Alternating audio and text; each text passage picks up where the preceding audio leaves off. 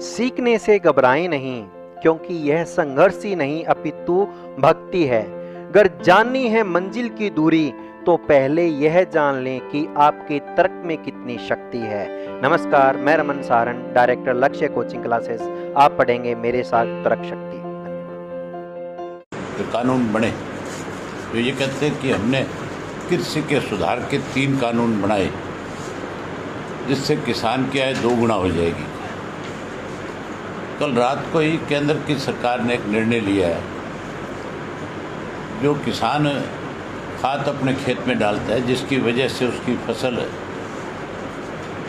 Keeled बढ़ती है, जिससे उसकी फसल को एक ताकत मिलती है, उसके रेट 60 गुना बढ़ाए।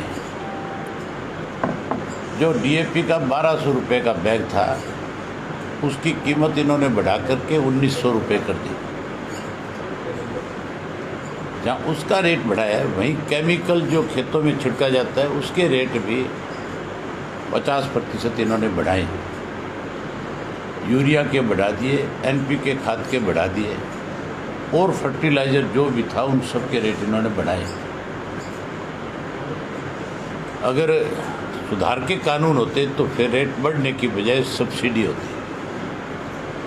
ये इसलिए बढ़ाया गया है कि किसान को और ज़्यादा कमज़ोर कर दिया जाए, ताकि वो मजबूर हो करके किसान अपनी ज़मीन जो है कॉरपोरेट घरानों को दे, उनके साथ कॉन्ट्रैक्ट खेती करे।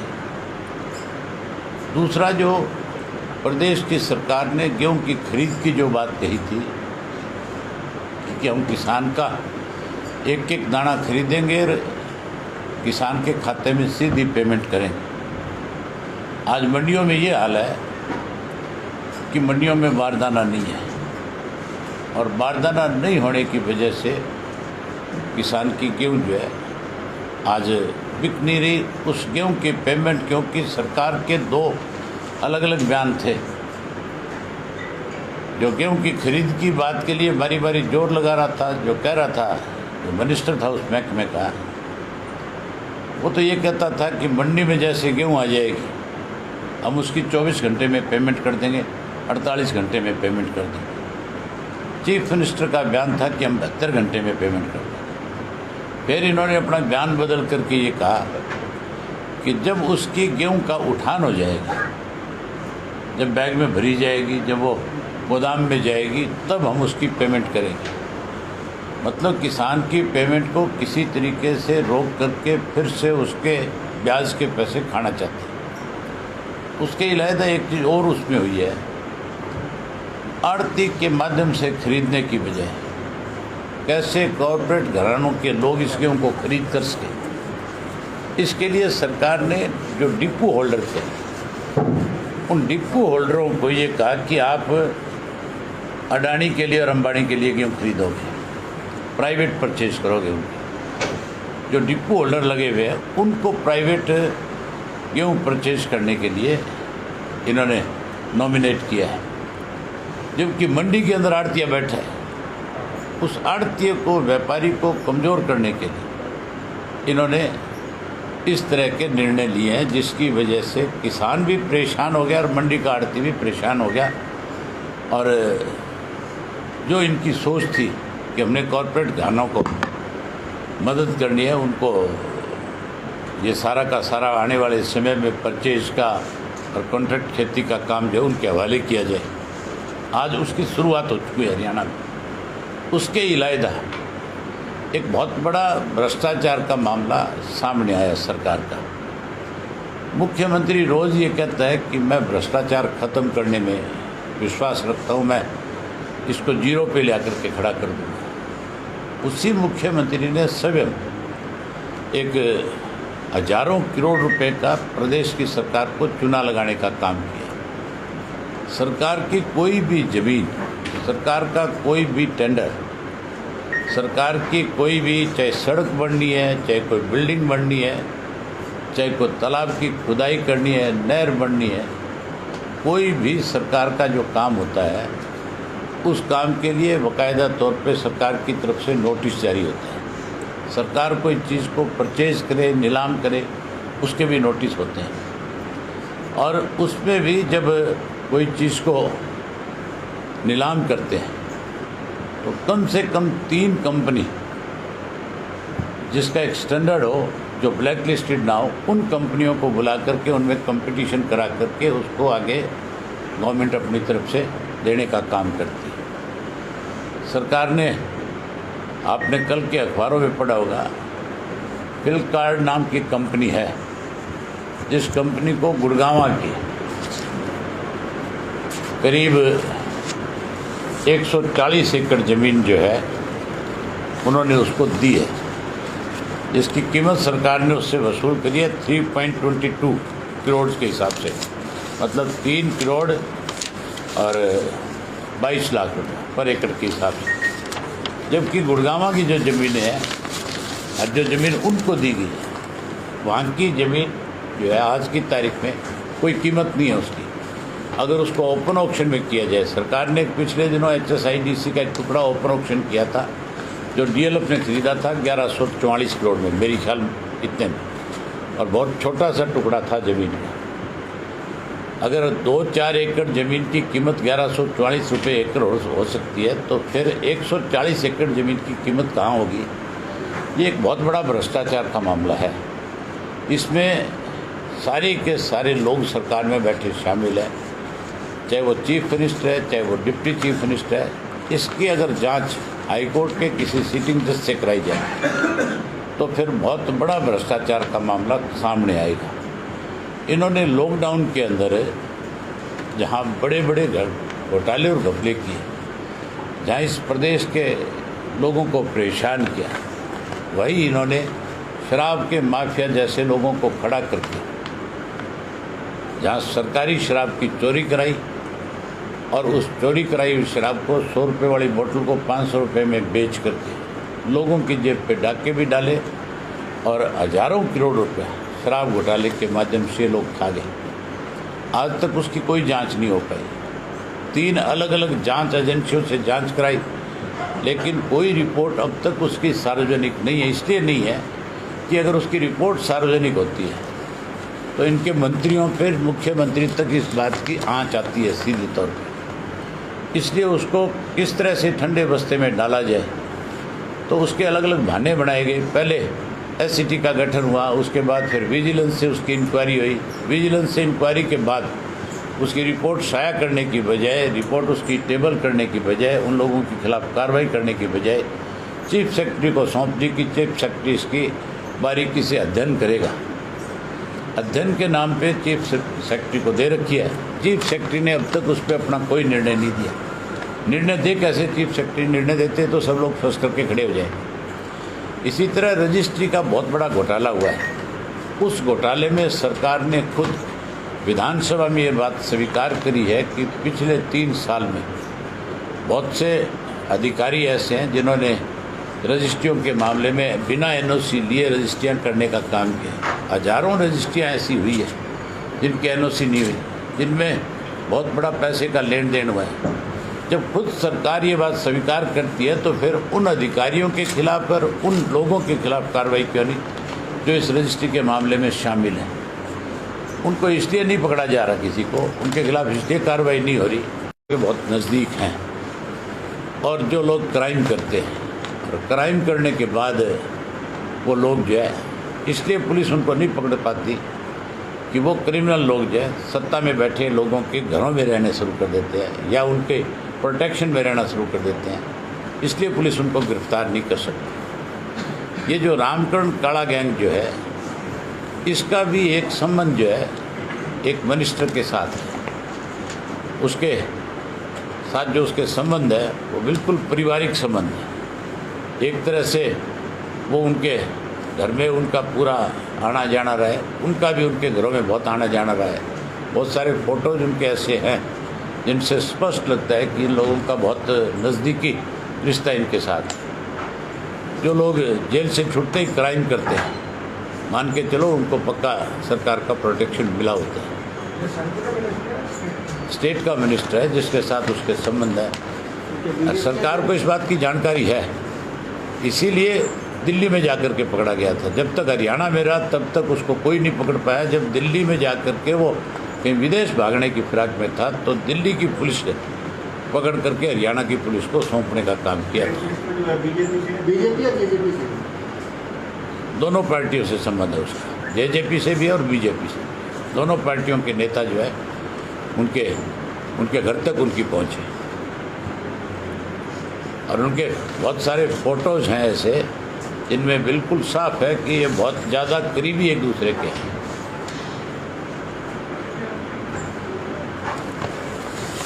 सरकार ने एक और आज निर्णय लिया है, आज मैंने अखबार में पढ़ी थी, विज का एक बयान आया हुआ है जो इस हरियाणा प्रदेश में अब कहीं आपसी भाईचारे को तोड़ने की साजिश में लगे हुए हैं, जो अब कहीं प्रदेश के अंदर लोगों को आपस में लड़ाने की फिराक में है।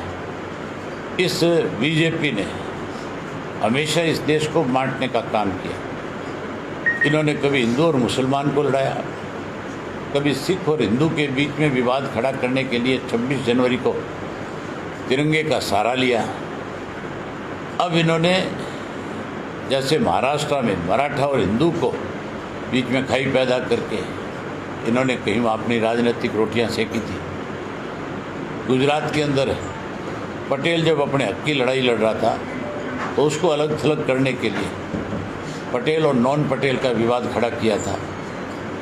इसी तरह आज वहाँ बंगाल के अंदर बंगला और हिंदू के बीच के अंदर जो है विवाद बढ़ाना चाहते हैं। हरियाणा के अंदर इन्होंने जाट आरक्षण आंदोलन में जब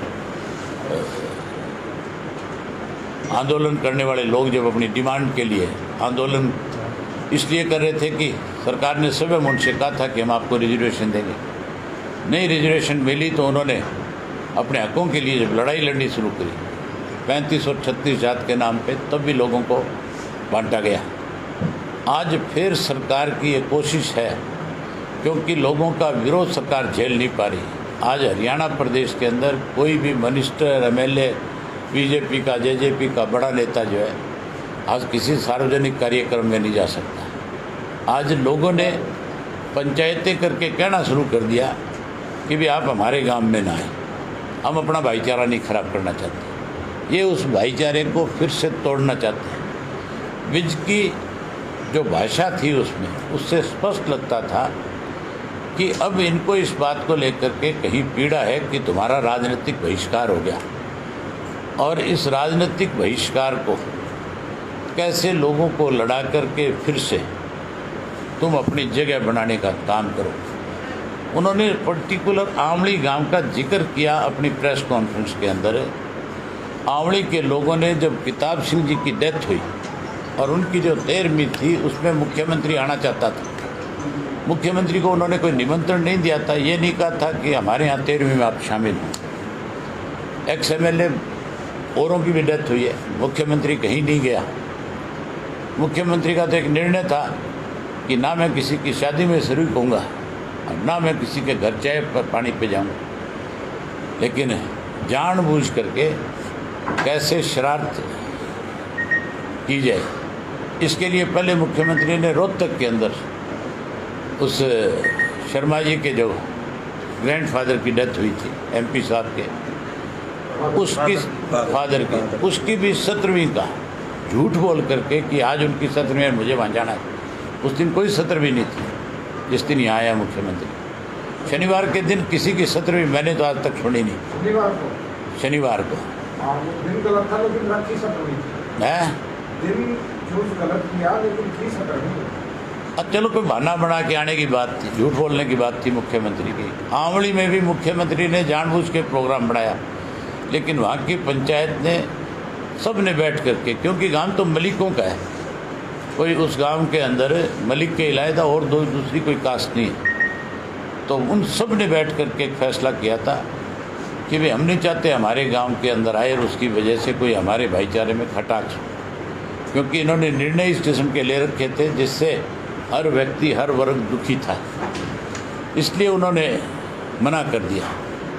और विज का पर्टिकुलर उस गांव का नाम उसमें उसने कोट किया है कि इस तरह के निर्णय कहीं होंगे तो फिर तो हमारा कोई एमएलए, हमारा मिनिस्टर कहीं जा नहीं सके।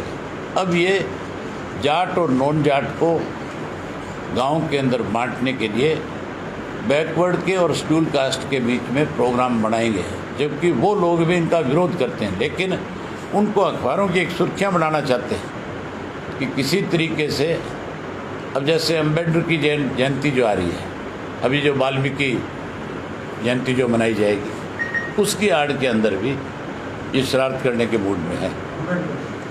अम्बेडकर उसके ऊपर भी ये शरारत करने के मूड में है।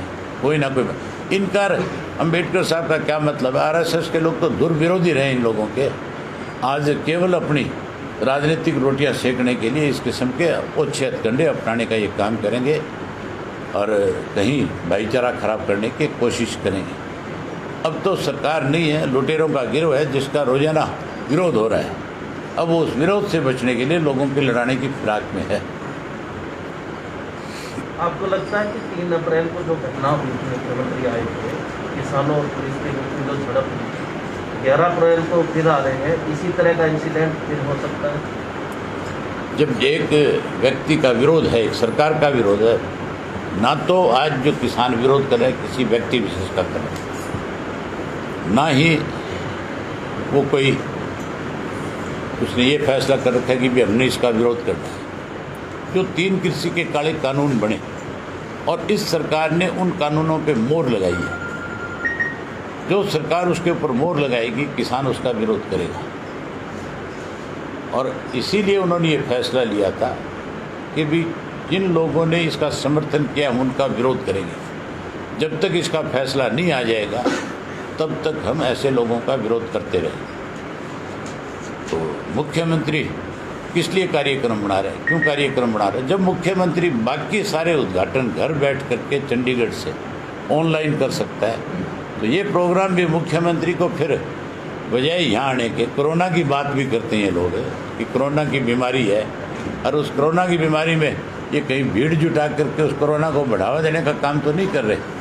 इनको अगर इतनी कोरोना की भी परवाह है और लोगों की परवाह है तो फिर मुख्यमंत्री को वीडियो कॉन्फ्रेंसिंग के द्वारा लोगों से संपर्क कर लेना चाहिए। आजकल तो बहुत बड़ा साधन है, आजकल तो आपके टेलीफोन के ऊपर सारी बातें हो सकती हैं। जानबूझ करके इस किस्म के विवाद खड़े करके प्रदेश का माहौल खराब करना चाहते हैं। अब सर, जिस तरह से आंदोलन चल रहा है, सत्ता पक्ष उसमें अपनी राजनीति ढूंढ रहा है, विपक्ष अपनी वोट ढूंढ रहा है।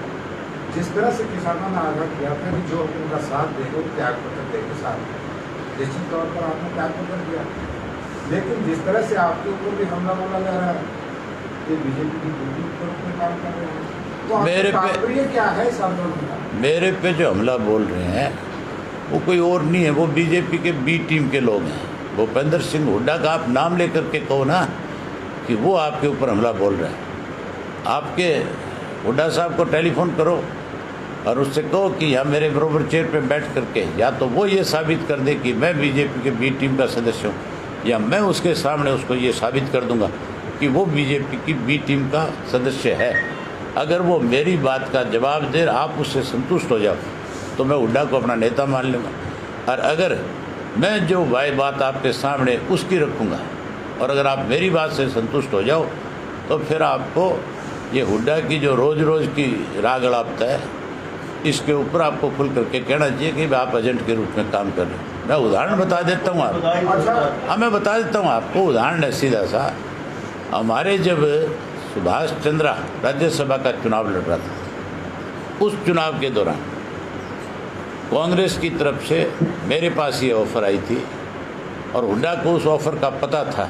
हुड्डा ने ही सबसे पहले ये ऑफ़र दी थी कि कोई भी अगर बीच का आदमी राज्यसभा के लिए लोकदल को और हमारे दोनों के कोई बीच में ऐसा व्यक्ति कोई कैंडिडेट बन करके आए जिस पे दोनों के इतराज़ ना तो हम विचार कर सकते हैं। कांग्रेस की तरफ से R.K. आनंद का नाम आया था और मैंने उसी वक्त जब कांग्रेस की तरफ से नाम आया अपनी पार्टी के सब साथियों से विचार विमर्श करके ये निर्णय लिया कि बीजेपी का व्यक्ति जीत करके ना जाए, इसके लिए हमें आनंद के नाम के ऊपर रजामंद होना चाहिए।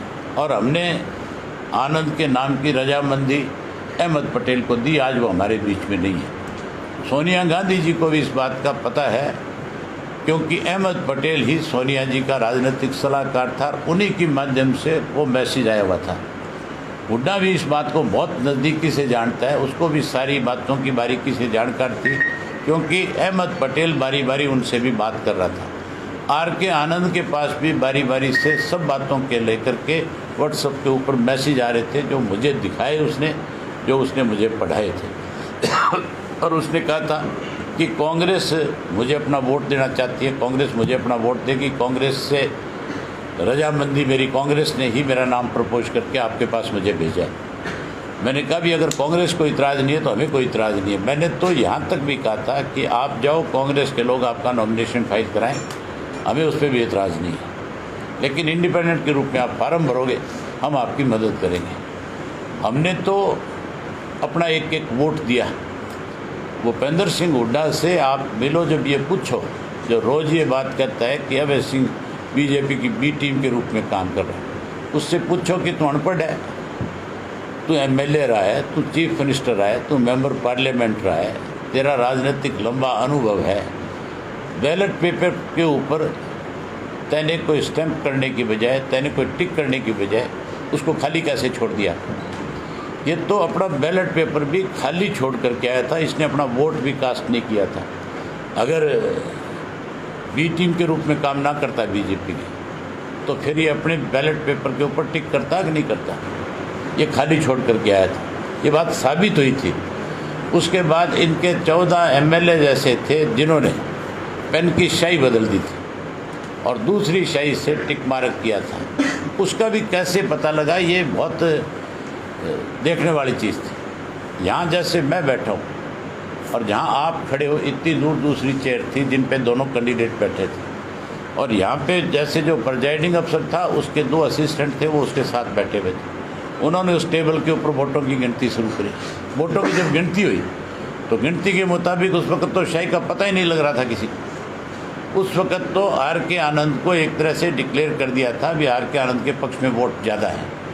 उधर वहाँ बैठे बैठे सुभाष चंद्रा ने ये बात कही कि मुझे लगता है कि इसमें जो पेन की जो स्याही है उसमें कहीं गड़बड़ है। सुभाष चंद्रा को कैसे पता था कि पेन की स्याही में गड़बड़ है? गड़बड़ तो हुड्डा की और उसकी मिली भगत की थी, हुड्डा की और बीजेपी की मिली भगत की थी। उसने वहाँ बैठ कर के ऑब्जेक्शन किया, उन्होंने बैटरी के टॉर्च से उस स्याही को देखा, तब जा कर के उनको पता लगा कि स्याही में और उस स्याही में अंतर है। फिर जा कर के वो वोट कैंसिल हुए, फिर ये आपका सुभाष चंद्रा बना। उसके बाद का दूसरा उदाहरण लो आप। अब बीजेपी के पास 58 एमएलए थे, 28 ज़्यादा थे 30 से, और कांग्रेस के पास 30 थे। उस वक़्त में बीजेपी ने दूसरे किसी कैंडिडेट को खड़ा नहीं किया, जबकि राजस्थान के अंदर बीजेपी के पास एमएलए की 20 से ज़्यादा की कमी थी, वहाँ दूसरा कैंडिडेट खड़ा किया। छत्तीसगढ़ में खड़ा किया, आपके उसमें मध्य प्रदेश में खड़ा किया, वहाँ कैंडिडेट खड़े किए। यहाँ भी चीफ मिनिस्टर आखिरी दिन तक मुझे ये कह रहा था कि हम कैंडिडेट खड़ा करेंगे, आप हमारी मदद करोगे। मैंने कहा मैं देखूँगा कौन कैंडिडेट आएंगे, उसके बाद फैसला लूँगा। यहाँ आखिरी दिन जा कर के उन्होंने इसलिए अपना कैंडिडेट विड्रॉ कर लिया कि उन्होंने हुड्डा का आसान उतारा भी, तू अपने बेटे की टिकट लिया, हम तेरे को सपोर्ट कर देंगे। कोई दूसरा आता 100% उसके सामने कैंडिडेट आता है यहाँ पे भी। अब तीसरा उदाहरण भी आप ले लो। अभी पिछले दिनों मुख्यमंत्री अपनी तरफ से इन 3 कृषि के काले कानूनों के ऊपर एक प्रस्ताव लेकर के आया था, और उस प्रस्ताव के ऊपर मुख्य विपक्ष पार्टी कांग्रेस थी, उसकी जिम्मेवारी बनती थी कि वो उसके ऊपर किसानों का पक्ष रखते, या उनका अपना क्या पक्ष था वो पक्ष सरकार के सामने रखते। उनकी क्या सोच थी 3 बिलों के प्रति, उनको ये बात अपनी रखनी चाहिए थी। उन्होंने वेल में जा कर के इसका विरोध किया, और विरोध करके वहाँ से नेम होकर के बाहर आ गए। हुड्डा और किरण 2 बचे थे, ये दोनों अपनी सीट पे बैठे थे। मुझे स्पीकर ने पूछा कि अभय जी आप इस पर चर्चा करना चाहोगे या इनकी तरह वॉकआउट करना चाहोगे? मैंने कहा मैं चर्चा करूंगा, मैं वॉकआउट नहीं करूंगा। इतने में हुड्डा और किरण खड़े होकर के वॉकआउट करके जाने लगे। मैंने कहा आज इससे बढ़िया मौका तुम्हारे पास नहीं था, तुम किस लिए वॉकआउट करके जा रहे हो? क्या तुम सरकार का पक्ष हो? इस बात का जवाब दिए बिना दोनों वॉकआउट करके चले गए, जबकि उनकी जिम्मेवारी बनती थी वो इसके ऊपर लड़ाई लड़ते। तीसरा और चौथा और सुनवा, सरकार के खिलाफ जो है विश्वास प्रस्ताव ले, उस सरकार को 6 महीने इन्होंने ऑक्सीजन दी है जो सरकार गिरने के कगार पे थी। अगर ये उनके खिलाफ ये आपका अविश्वास प्रस्ताव ना लेकर के आते तो लोगों ने बहुत सारे एमएलए के ऊपर ऐसा प्रेशर बना लिया था जो कई लोगों के बीच में खड़े होकर के कहने लगे थे कि हम इस्तीफा दे सकते हैं। अगर ये ना लेकर के आते हैं अविश्वास प्रस्ताव तो ना तो वहाँ पे कोई विप जारी होता, ना वहाँ वोटिंग होती और ना ही उन लोगों के ऊपर उनकी पार्टियों का दबाव बढ़ता और हालात इस तरह के पैदा हो सकते थे इस प्रदेश के अंदर कि वो लोग बिना असेंबली जाए बिना भी अपना इस्तीफा दे सकते थे। सदन से बाहर ही हो जाते। हाँ, हो सकते थे वो लोग।